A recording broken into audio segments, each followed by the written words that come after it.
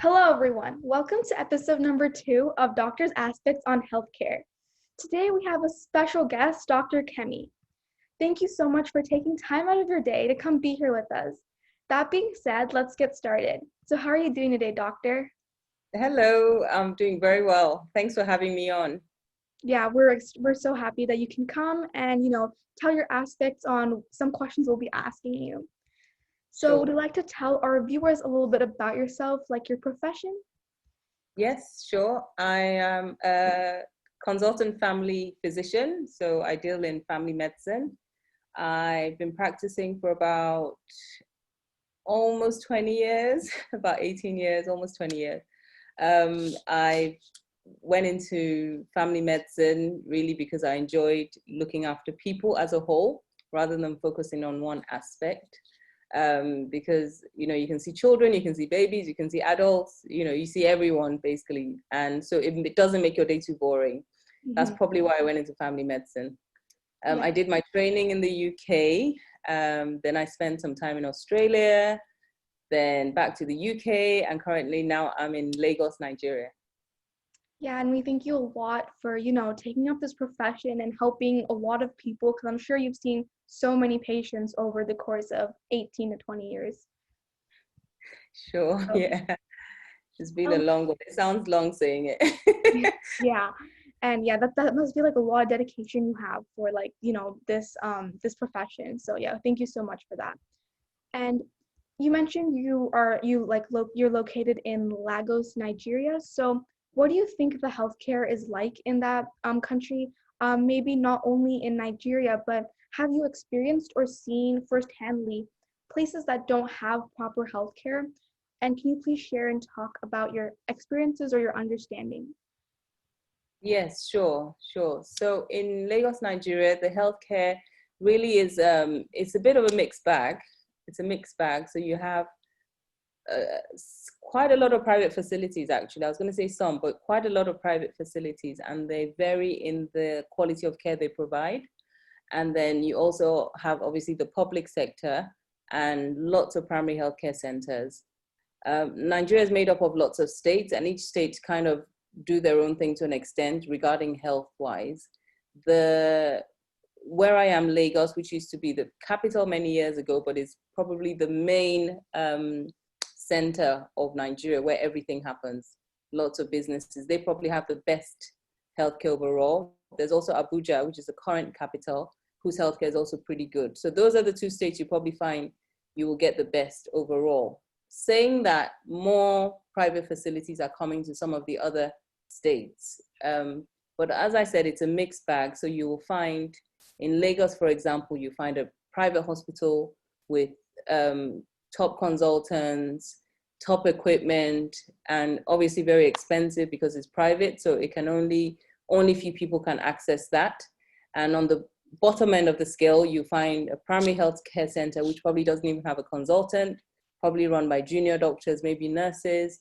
But again, they are providing care at that level to people that can access that. So it's a mixed bag.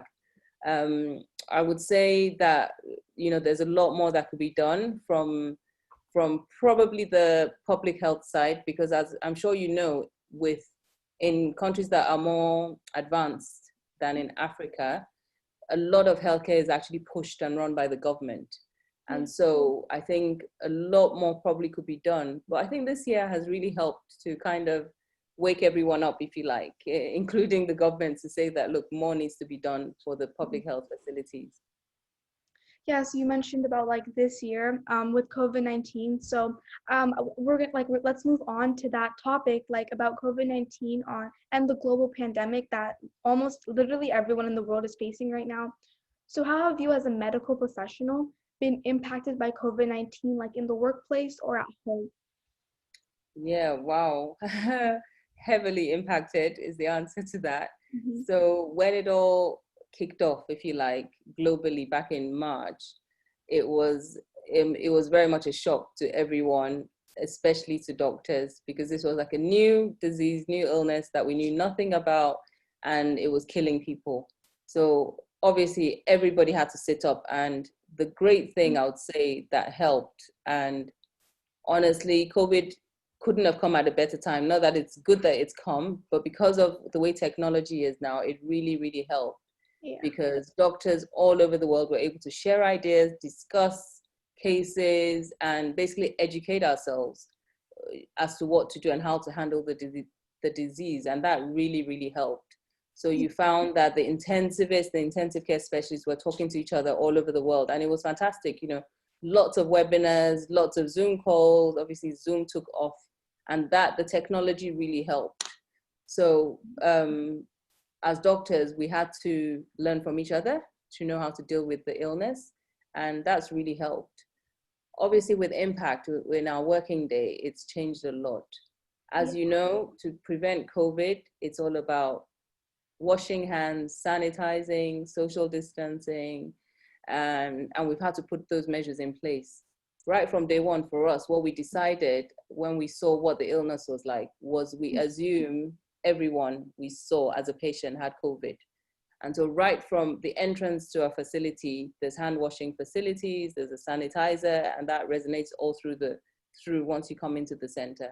As doctors and nurses, we are basically educating people first, making sure we maintain social distancing, which is difficult. It's difficult because as human beings, we're not used to that. We like social contact, so it's been a challenge. But I think because of how it all started, how people were dying right at the start, everyone kind of bought into, this is what we need to do to fight it off.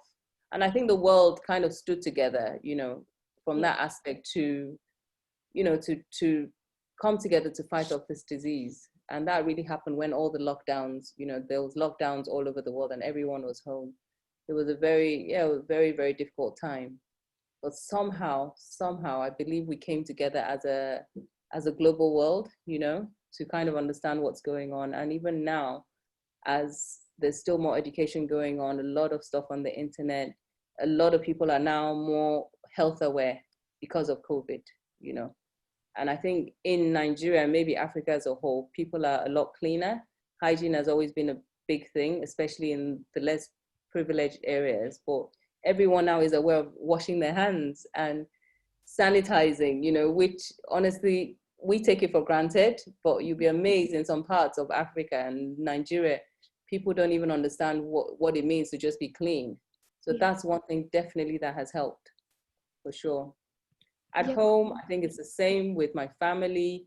I mean, the kids, everyone knows about COVID, absolutely everyone. And everyone knows you have to wash your hands, you have to sanitize, you have to just be careful and just be aware. When you cough into a tissue, you discard it. I mean, this message is now everywhere. And I think down to the little kids where everyone is aware of this concept now. The face mask obviously is another issue. And I know some people are quite resistant to it, but if everyone is wearing face masks, it really does help. And I think the idea of, the way the face mask is portrayed, it shouldn't be how people take it. You don't have to wear face masks from morning till night. No, it's just when you're around other people, that's the key. If you're at home alone, you don't need to be in a face mask. It's not that bad.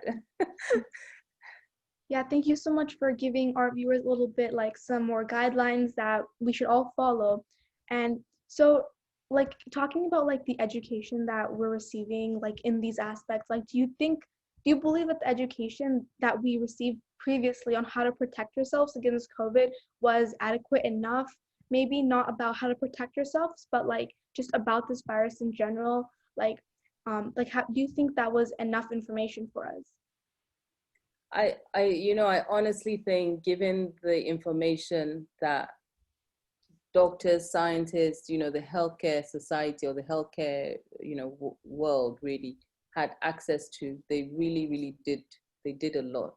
And I don't know if anything could have been done better regarding the education side.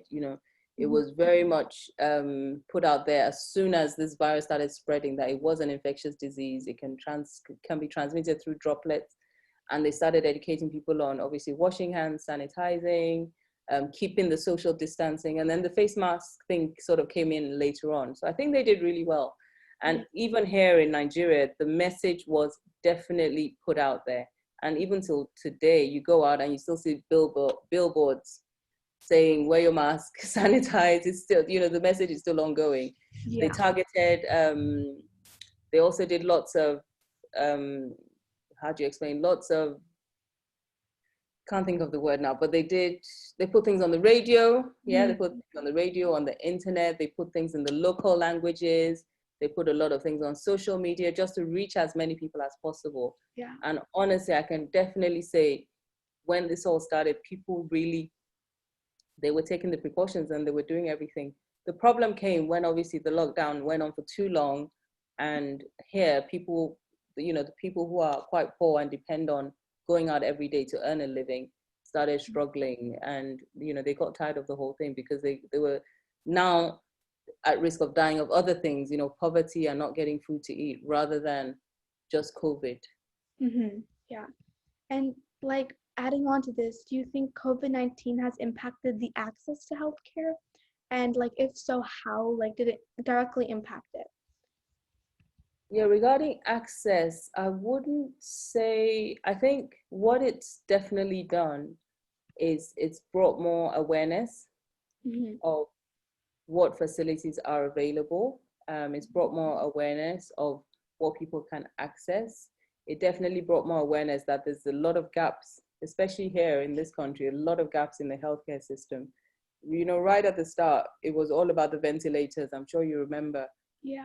people were trying to buy ventilators, and in Nigeria, there were nearly not enough ventilators that would have been needed if we had seen the similar death rates to what was seen in other countries. Somehow this nation, or this continent, maybe barring South Africa, has really, they've really escaped the worst of COVID. Yeah. If it had hit Africa the way it hit maybe the US or the UK, Italy, I'm not sure we would have been able to cope healthcare wise.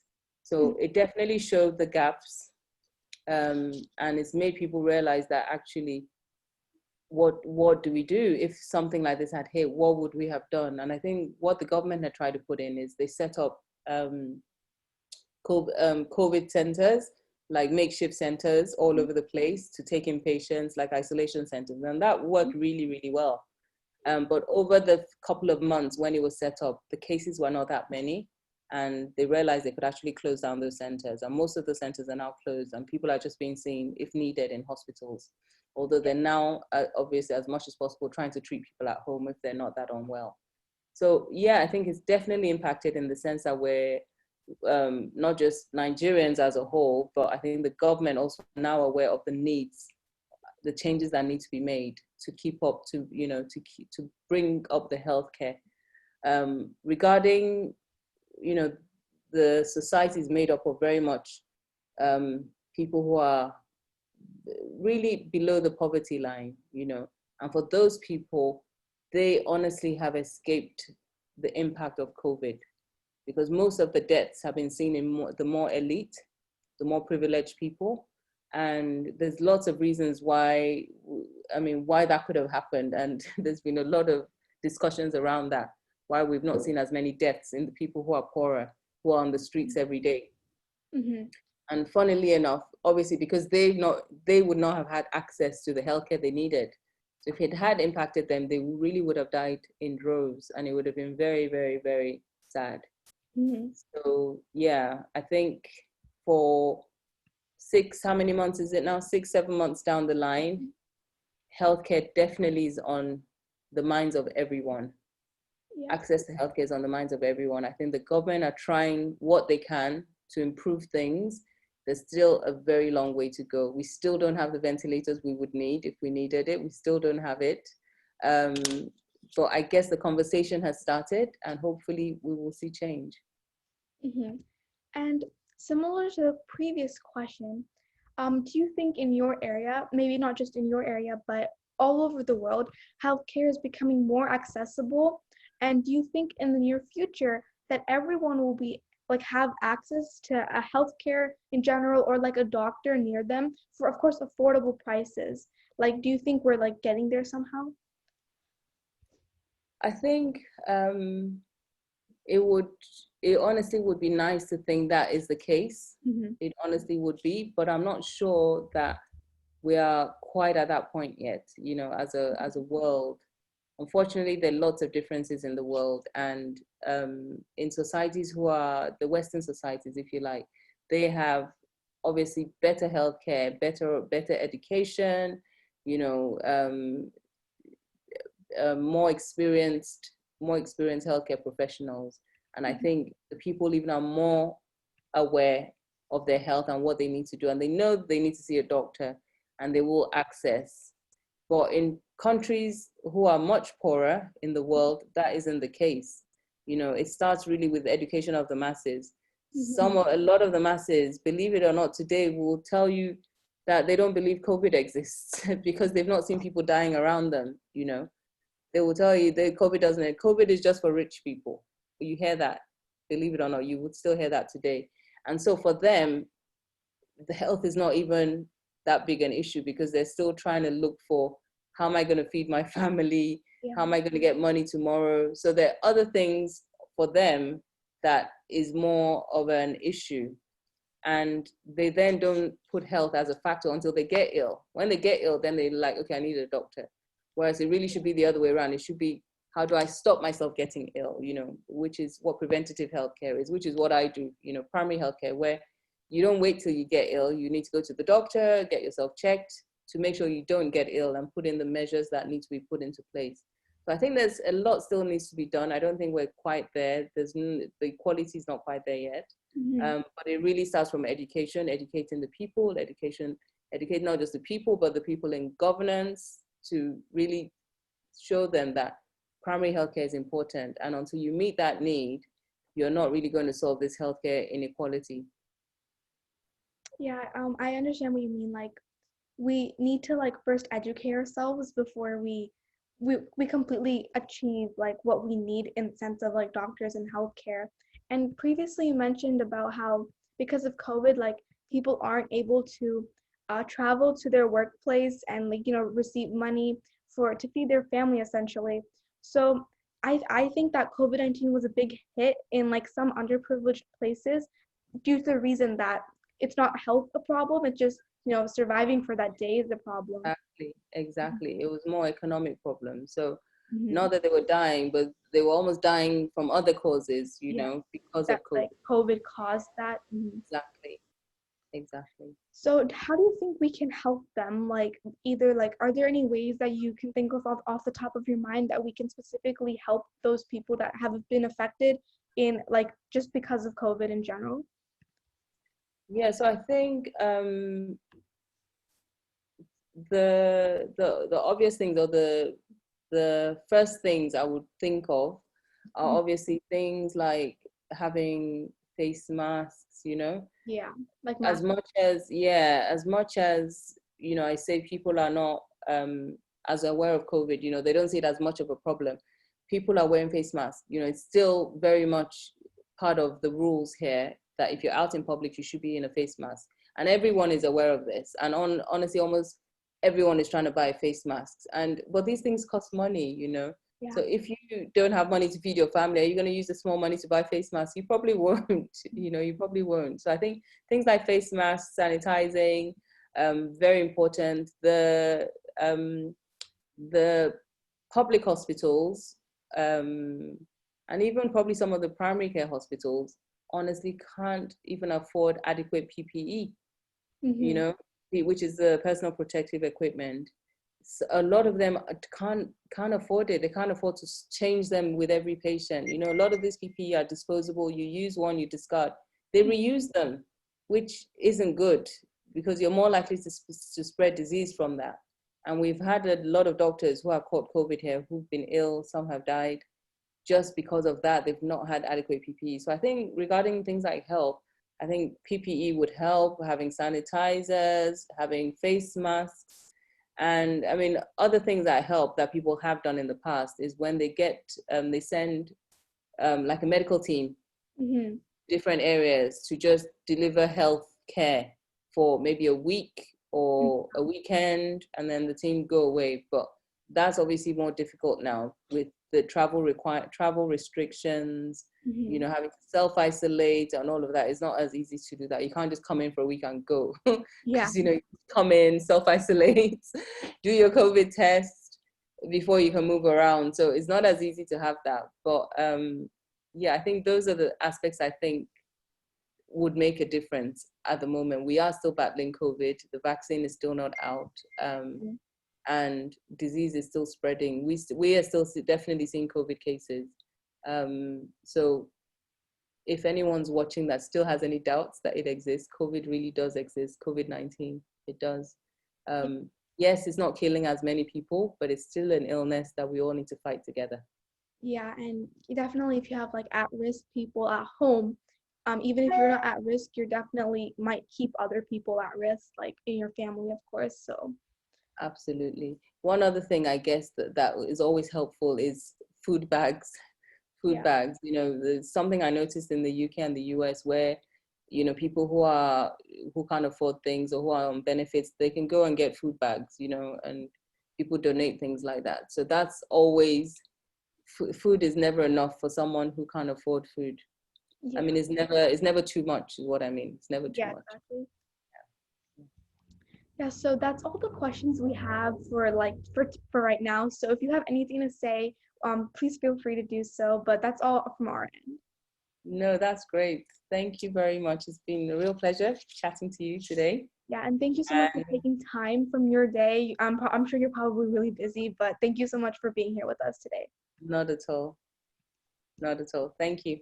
Thank you. Take care.